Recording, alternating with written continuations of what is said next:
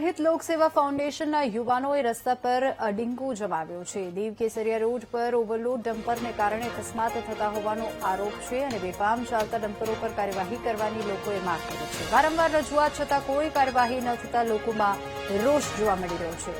વિરોધને પગલે પોલીસ કાફલો સ્થળ પર દોડી ગયો અને પોલીસે વિરોધ કરી રહેલા લોકોની અટકાયત કરી। તો બેફામ ચાલતા ડમ્પર પર કાર્યવાહી કરવાની લોકોએ માંગ કરી છે। વારંવાર રજૂઆત છતાં કોઈ કાર્યવાહી ન થતા લોકોમાં રોષ વ્યાપી ઉઠ્યો છે। વિરોધને પગલે પોલીસ કાફલો સ્થળ પર દોડી ગયો છે અને લોકોએ રસ્તા પર ચક્કાજામ કર્યો છે। પોલીસે વિરોધ કરી રહેલા લોકોની અટકાયત કરી છે। તો ઓવરલોડ ડમ્પર પર કાર્યવાહીની માંગ ઉઠી છે।